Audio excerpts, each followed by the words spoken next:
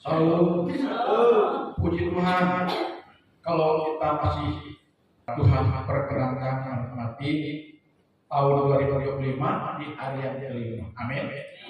Haleluya. Di hari yang kelima tahun 2025 ini, pertama kita mengucap syukur kepada Tuhan, dan kedua hendaknya kita terus memohon tuntunan Tuhan agar tahun ini akan menjadi tahun yang tidak sama dengan tahun yang lalu yang kita jalani. Ada banyak hal yang indah, ada banyak hal yang baik, ada semacam terobosan ilahi dalam diri kita, sehingga tahun ini akan menjadi tahun yang sangat berbeda dari tahun yang lalu, dan menghendaki kita ada semacam peningkatan kualitas hidup kita, baik kualitas kehidupan kita, kualitas sikap karakter kita, serta kualitas fisik kita. Amin. Puji Tuhan. Kalau minggu kemarin di tanggal 1 Januari hari Rabu saya menyampaikan pesan Tuhan kepada kita bagaimana kita di tahun ini akan menjadi pribadi yang maksimal dengan kita memanage dan mengendalikan pola pikir kita. Karena kalau kita ingin menjadi pribadi yang maksimal, maka hati kita ini, pikir kita ini harus betul-betul kita jaga, saudara-saudara, kita jaga, karena pikiran kita menentukan langkah kita ke depan. Pikiran kita menentukan jalan hidup kita. Bagaimana jalan hidup kita, bagaimana kehidupan kita, itu tergantung daripada pikiran kita. Karena itu hati-hati dengan pikiran kita. Dan hari ini saya ingin kembali menyampaikan tema yang sama, yaitu bagaimana hidup maksimal dan berkenan kepada Tuhan, yang saya ambil dari Mazmur 118. Mazmur 118 ini merupakan Mazmur yang terletak pada tengah-tengah pasal terpendek dan pasal terpanjang dalam kitab Mazmur. Karena sebelum Mazmur 112 ada Mazmur 117. Setelah Mazmur 112 ada Mazmur 119. Jadi Mazmur 117 Mazmur dengan pasal terpendek, kemudian Mazmur 119 Mazmur dengan pasal terpanjang, ayat yang paling banyak. Bahkan lebih uniknya lagi, Mazmur 118 khusus pada ayat yang ke-8 itu merupakan ayat paling tengah dari seluruh isi Alkitab. Bayangkan saudara, apa bunyinya saudara kalau Mazmur 118 ayat 8 tadi merupakan ayat yang paling tengah dari seluruh isi Alkitab, bahkan sebagai ayat penting, ayat yang paling sentral, pasti akan memiliki makna tersendiri dan sangat penting untuk kita pahami, saudara. Bunyi daripada Mazmur 118 ayat 8 demikian: lebih baik berlindung pada Tuhan daripada percaya kepada manusia. Nah, sebagai manusia kita tidak tahu, saudara, apa yang terjadi di depan kita hari esok dan seterusnya. Ya, oleh karena itu satu hal yang harus tidak boleh kita abaikan, yaitu kalau kita tidak mengerti apa yang terjadi pada hari esok pada diri kita, maka hendaknya kita menempatkan Tuhan itu ada pada posisi yang paling sentral dalam hidup kita. Dengan kata lain, Tuhan itu kita jadikan pusat hidup kita yang berdasarkan dan berotoritas penuh dalam hidup kita, baik hidup kita yang sekarang maupun hidup kita di masa yang akan datang. Nah, bagaimana kita memposisikan diri kita dengan Tuhan supaya Tuhan menjadi pusat hidup kita? Seperti lagu yang tadi kita nyanyikan, ku terhubung dengan dan apa? Tak taruh puas dalam genggaman Tuhan. Ya, artinya Tuhan itu menjadi milik yang tidak bisa dipisahkan dan terpisahkan dalam hidup kita. Itu maksudnya saudara-saudara. Kita menjadikan pusat hidup kita yaitu pribadi Tuhan itu sendiri. Karena kalau kita menjadikan Tuhan itu sebagai pusat hidup kita, maka jangan lagi kita terlena dengan mungkin kita punya skill, mungkin kita punya keahlian, mungkin kita punya kecakapan, mungkin kita punya dana cadangan, atau mungkin apa yang kita miliki itu bisa menjadi sebuah jaminan hidup kita. Mungkin, tetapi di mata Tuhan itu bukanlah hal yang paling bisa menjamin keberlangsungan hidup kita. Karena kalau kita mengandalkan unsur-unsur di luar Tuhan sebagai andalan kita, pasti kita akan kecewa.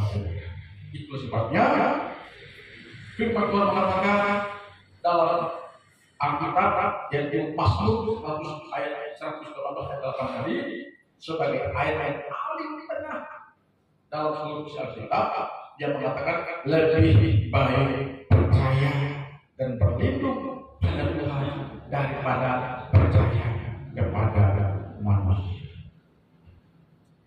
Mengapa ini perlu saya sampaikan kepada kita? Karena saya terus terang mengatakan kepada kita, mungkin 90% manusia atau warga gereja, apakah itu gereja karismatik, gereja tidak karismatik, atau gereja ortodoks, sangat dikhawatirkan dalam praktek kita tidak menjadikan Tuhan itu sebagai pusat hidup kita. Kita hanya puas dengan status kita sebagai pemeluk agama Kristen. Sehingga kalau kita sudah puas dengan status kita sebagai orang Kristen, maka kita menjalani ibadah kita itu hanya sebatas rutinitas belaka. Dan kalau itu yang kita lakukan, maka kita melakukan sesuatu yang sebenarnya tidak berkenan kepada Tuhan.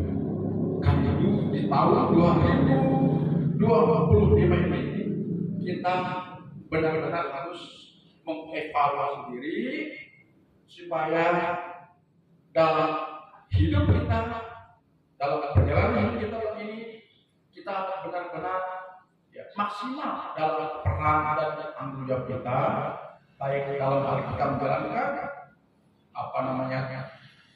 syariat keberagaman kita, yaitu ibadah kita kepada Tuhan, tidak lagi sama seperti tahun lalu, hanya sekedar ibadah, sekedar datang ke gereja, lalu dengar firman, lalu pulang, lalu minggu depan datang lagi, tapi kita tidak memiliki sesuatu yang benar-benar mampu membuat hidup kita mengalami perubahan. Karena itu tahun ini di hari kelima tahun 2025 ini ada 3 hal penting yang harus kita perhatikan dan harus kita lakukan dalam perjalanan kita, sehingga kita akan menjadi pribadi yang maksimal dan berkenan di dalam pemandangan. 3 hal tadi adalah yang pertama ada di catatan saya. Yang pertama, jadikan Tuhan itu sebagai andalan hidup kita. Nah, ini ada error ini, kita punya error ya. Yang pertama ya, apa sih? Bisa baca? Nah, kita harus mengandalkan Tuhan dan melibatkan Tuhan dalam seluruh aspek hidup kita. Karena tadi dalam ayat 8 dan 18 yang kita baca tadi mengatakan lebih baik berlindung pada Tuhan atau percaya kepada Tuhan daripada percaya kepada manusia. Artinya di sini adalah kita menjadikan Tuhan itu sebagai andalan utama dalam hidup kita dan mempercayakan Dia dalam seluruh aspek hidup kita. Itu artinya ya. Apa yang maksudnya seluruh aspek hidup kita? Artinya seluruh keberadaan hidup kita jadikan Tuhan itu sebagai andalan kita. Bagaimana kita menjadikan Tuhan itu sebagai andalan hidup kita? Nanti kita lihat dalam poin yang kedua, saudara-saudara. Ya. Karena bisa saja kita menjadi orang yang percaya kepada Tuhan, beriman kepada Tuhan, tapi belum tentu praktek kesehariannya kita bisa menunjukkan sikap percaya kita, sikap keberimanan kita kepada Tuhan. Belum tentu. Ada banyak orang beriman kepada Tuhan, percaya kepada Tuhan, bahkan tanpa ragu-ragu, tanpa tanda-tanda yang besar. Aku percaya bahwa Tuhan yang disembah, Tuhan yang mulia adalah Tuhan yang penuh dengan kuasa dan tidak ada tandingan. Tetapi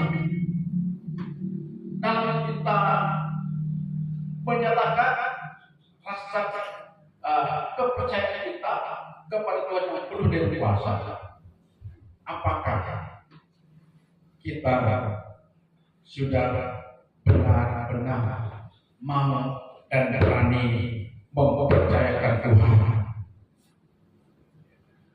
mempercayakan Tuhan dalam seluruh perjalanan hidup kita? Poin kedua, coba lihat poin kedua. Tidak cukup kita yang mengandalkan Tuhan dalam seluruh aspek hidup kita, tetapi yang kedua kita harus mempercayakan hidup kita kepada Tuhan secara berharap sepenuhnya kepada Tuhan. Karena Yeremia pasal 17 ayat 5 mengatakan terkutuklah orang yang mengandalkan manusia dan diberkatilah orang yang mengandalkan Tuhan. Sudah jelas kan? Terkutuklah orang yang mengandalkan kekuatan manusianya atau mengandalkan manusia, dan diberkatilah orang yang mengandalkan Tuhan. Apa yang dimaksud dengan mengandalkan Tuhan? Apa yang dimaksud dengan mempercayakan Tuhan? Nah, hari ini di hari kelima saya sengaja untuk mengulangi tradisi kita di tahun 2023, tahun 2022 dan tahun-tahun yang sudah ada. Berarti karena tahun 2024 saya sebagai jawasnya Tuhan mempercayakan sebagai gembala Tuhan tidak mencetak amplop persembahan suruh. Dan tadi malam saya sudah cetak sebanyak 20 amplop persembahan suruh tahun 2025.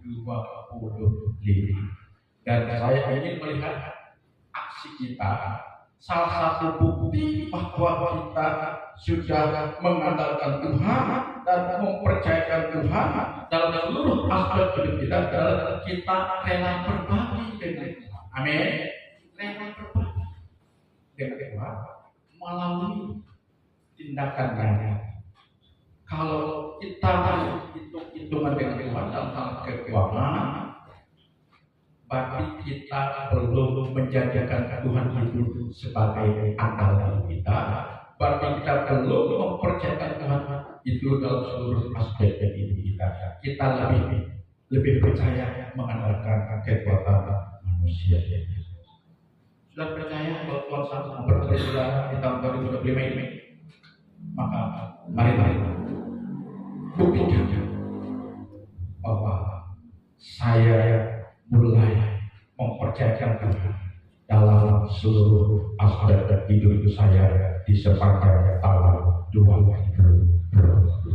Mengandalkan Tuhan, melibatkan Tuhan, mempercayakan Tuhan dalam seluruh aspek hidup saya.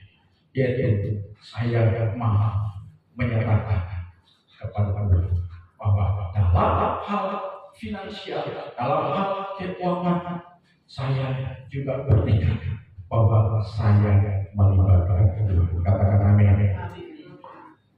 Karena sepanjang tahun 2022, maaf saya harus sampaikan di sini, mungkin warga gereja sudah dipengaruhi oleh para pengkhotbah YouTube yang mengatakan persembahan persekutuan sudah tidak berlaku lagi.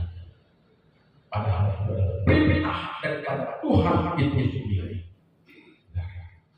Jadi kalau saudara ingin melihat dan mengalami kestabilan dalam keuangan saudara, maka saudara harus berani mempercayakan Tuhan dalam hal keuangan saudara. Katakan amin.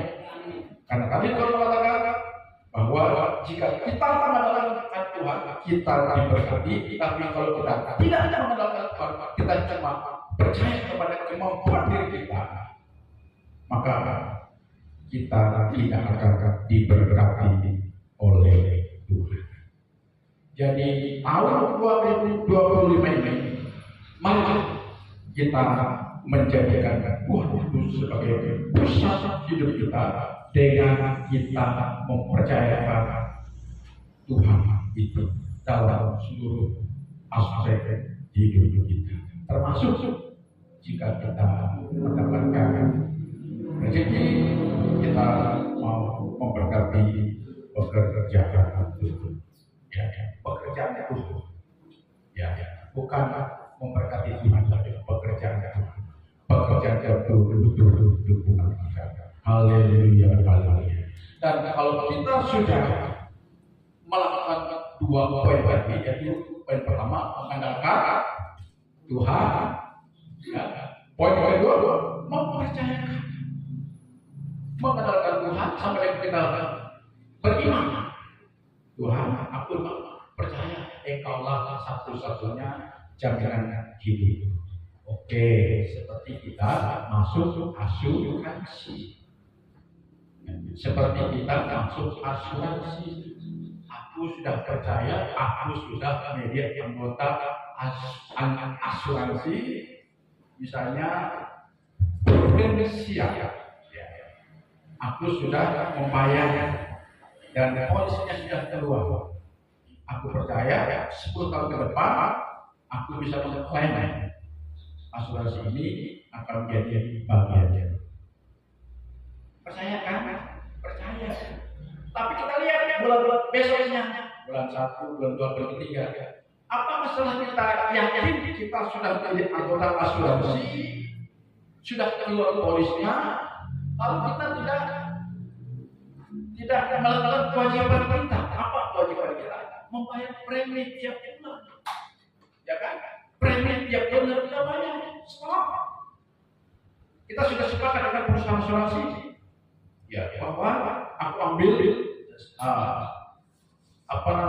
jangka waktu selama 10 tahun, ya, dengan nominal jaminan yang akan kita dapat nanti sekian bulan, sekian ratus juta.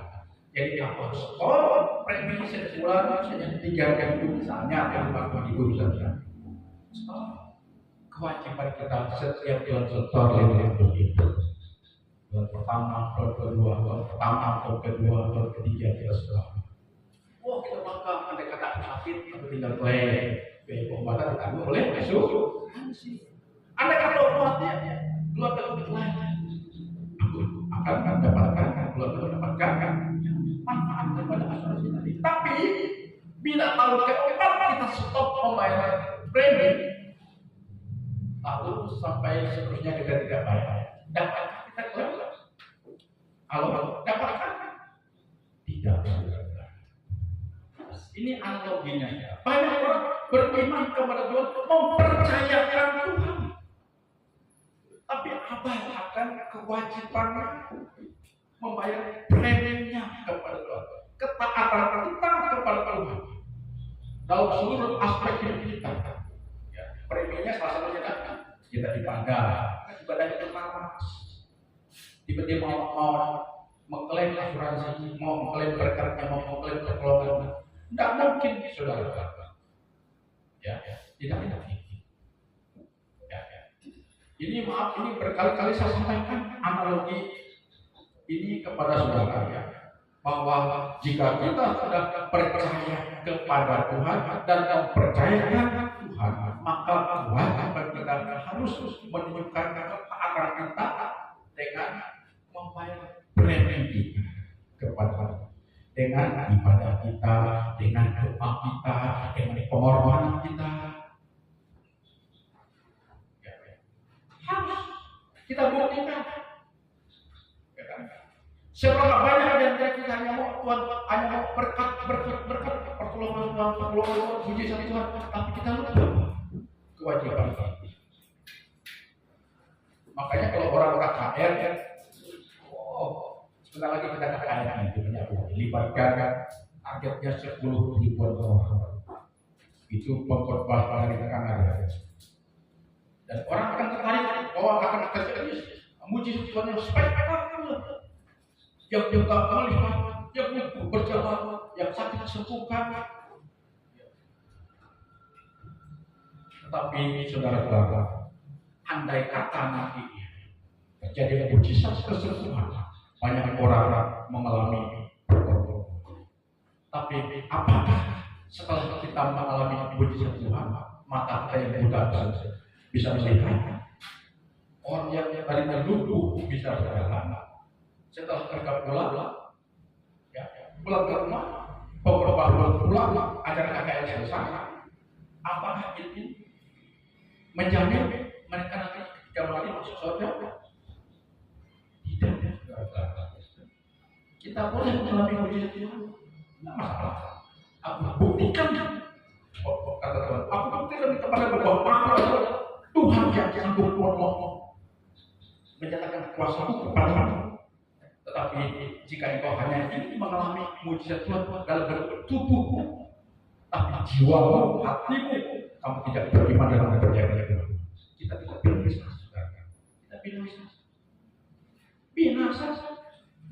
Karena yang akan menghantar kita kepada kehidupan kekal bersama dengan Tuhan Yesus dan ketaatan kepada Tuhan dengan kita terus menunjukkan kepada Tuhan. Sikap konsistensi kita kepada Tuhan dalam kita mempercayakannya itu karena Yesus yang kita rayakan hari jadinya pada bulan Desember kemarin adalah Yesus yang kita perjuangkan, tetapi juga kita akui dia sebagai tukang selamat. Itu sebabnya predikat Yesus kita sebut sebagai juru selamat. Juru selamat, tukang selamat untuk melepaskan orang yang akan binasa. Tukang selamat, tukang tolong. Tapi jika kita hanya membutuhkan atau manfaat daripada predikatnya sebagai juru selamat, kita lupa menafikan ketuhanannya. Sama juga kita binasa, ya kan? Jadi juru selamat dan Tuhan harus sama-sama kita imani dan kita patuhi. Ya. Oke, saya sudah selamat oleh karya Yesus di kayu salib. Lalu sebagai ungkapan syukur atas karya Kristus yang telah menyelamatkan kita, kita harus menyembah Dia, amin. Kita harus memuji Dia, memuliakan Dia, meninggikan Dia. Dengan kita mau taat kepada firman yang Dia ajarkan kepada kita. Jadi tahun 2025 ini, jika kita ingin menjadi pribadi yang maksimal dalam seluruh aspek hidup kita, sehingga kita tidak lagi sama seperti tahun kemarin, maka pertama, kita harus andalkan Tuhan dan mempercayakan Tuhan dalam seluruh keberadaan dan perjalanan hidup kita. Karena tadi dalam Yeremia pasal 17 ayat 5 mengatakan, tertentulah orang yang mengandalkan manusia, tetapi diberkatilah orang yang mengandalkan Tuhan. Haleluya. Iya. Lalu yang terakhir. Oke, kita sudah jalankan di 2 poin tadi, yaitu Tuhan Maha Pemimpin adalah kita dan mempercayakan Tuhan, tapi tidak cukup. Yang ketiga adalah kita juga harus berusaha mencari perkenanan Tuhan. Apa yang dimaksud itu perkenanan Tuhan? Perkenanan Tuhan adalah bertujuan bagaimana hidup kita ini menjadi alat bagi kesukaan, kesenangan hati Tuhan. Itu yang dimaksud dengan mencari perkenanan Tuhan. Jadi mencari perkenanan Tuhan itu adalah seperti ini. Artinya kita jangan lagi hanya sekedar beriman, jangan lagi hanya sekedar percaya, jangan lagi hanya sekedar hidup, tetapi kita mengerti bahwa hidup ini harus membawa arti yang sesungguhnya. Kita hidup ini mengemban misi Tuhan. Hidup kita ini mengemban misi Tuhan. Ada misi Tuhan, ada tujuan Tuhan dalam diri kita. Ini harus kita pahami. Jadi jangan kita hanya menjalani ini ya sekedar itu. Seperti lalu mengatakan, hidup ya hanya mengalir begitu saja, tapi tak tahu mengalirnya kemana arah. Jangan kita terus. Kita mau hidup yang kita jalani ini mempunyai makna, mempunyai arti, mempunyai tujuan dan berarti baik bagi sesama manusia maupun bagi Tuhan itu sendiri. Jadi jangan biarkan kita terjebak atau terbawa arus pengajaran sesat menjadi orang Kristen pasif yang hanya sekedar menjalankan kewajiban agama. Ini yang maksud dengan kita sekedar percaya hanya kewajiban agama saja yang kita utamakan. Jadi hari ini di hari kelima di minggu pertama bulan Januari tahun 2025 ini kita harus cari Tuhan. Amin. Kita harus cari Tuhan, temukan Tuhan dan alami Tuhan dan kejar perkenanan Tuhan. Karena dalam 2 Tawarik pasal 15 ayat 2b mengatakan Tuhan beserta dengan kamu bila mana kamu beserta dengan Dia. Katakan amin. Saya ulangi lagi. Tuhan beserta dengan kamu bila kamu beserta dengan Dia. Tuhan beserta dengan kamu bila mana kamu mencari Dia. Tuhan beserta dengan kamu bila mana kamu berkenan dan terus berjalan bersama Dia. Ya, ayo kita baca, ikuti apa yang saya bacakan, lalu saja. Siap ya, artinya yang terakhir ya. Tuhan beserta dengan saya bila mana saya beserta dengan Dia. Bila mana saya mencari Dia, Ia karena ditemui oleh saya.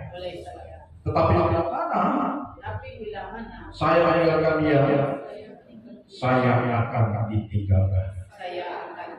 Ngeri kan? Sampai katakan saya ganti. Tuhan beserta dengan aku bila mana aku beserta dengan Dia. Bila mana aku mencari Dia, Ia akan ditemui oleh itu. Tetapi bila mana aku meninggalkan Dia, aku akan ditinggalkan Dia. Jadi jangan kita pikir, udah Tuhan masih Maha Penyayang. Walaupun aku tidak setia dengan tanah, Dia tetap sayang. Betul. Tetapi Tuhan menuntut respon kita sebagai orang yang mempercayakan Tuhan yang Dia kasihkan kepada kita ini dengan kita melakukan bagian kita dan supaya kita jangan terputus hubungan dengan Tuhan. Itu maksudnya ya. Ya, itu maksudnya. Supaya kita tetap ada dalam kebersamaan dengan Tuhan. Percayalah, tahun 2025 ini akan menjadi tahun yang penuh dengan terobosan yang mungkin kita belum pernah alami jika kita terus ada dalam perjalanan dengan Tuhan. Amin. Karena Alkitab mengatakan dengan Tuhan, bersama dengan Tuhan, aku dapat melakukan perkara yang besar. Haleluya. Tuhan Yesus memberkati. Mari kita pakai berdiri. Kita nyanyi kupas tinggi saja. Irama agak sedikit gembira. Haleluya, haleluya, haleluya. Terima kasih.